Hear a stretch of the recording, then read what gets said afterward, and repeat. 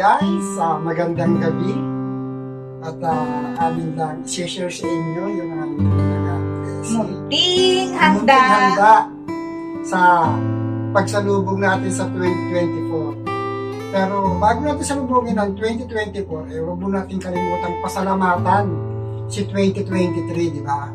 Sa lahat ng mga ibigay niya sa ating mga blessing, basta sa lahat ng nangyari sa atin sa 2023. Maraming salamat.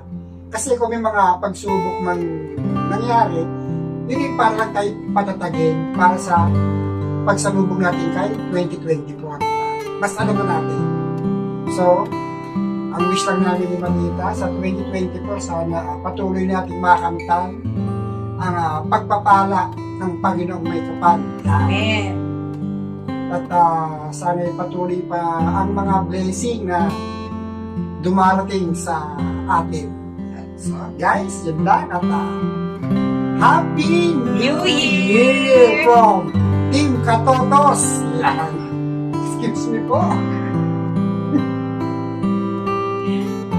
So guys,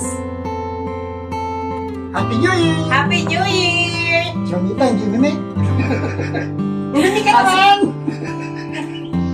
Sabi mo, ikaw lang eh. Guys, hindi yan ang sasabihin niya.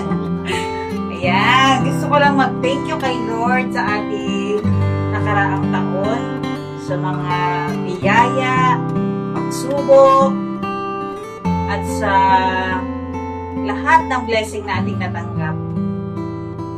Ganon din, huwag ka muna kumain, di pa ako tapos. Ganon din sa ating 2024. Let's welcome our 2024 ng masaya, walang extra baggage, mag-forgive, at magmahalan, at patuloy na mag-dream, mag-share. Siyempre, mag-share tayo. Iwasan ang hatred sa isa't isa. Tama! Kalimutan na natin yung mga nakaraan. Ano naman yung ating mga minsan, padala natin kay 2020. Yes, yan. Give love. Let's give love for this coming new year. At may biggest love belongs to Manita. Hindi kayo maniwala dyan. Again, Happy New Year! Happy New Year, guys! Pang, pang, pang, pang! Wala kasing Salamat sa mga nagmamahal at sumusuporta sa atin. Thank you so much!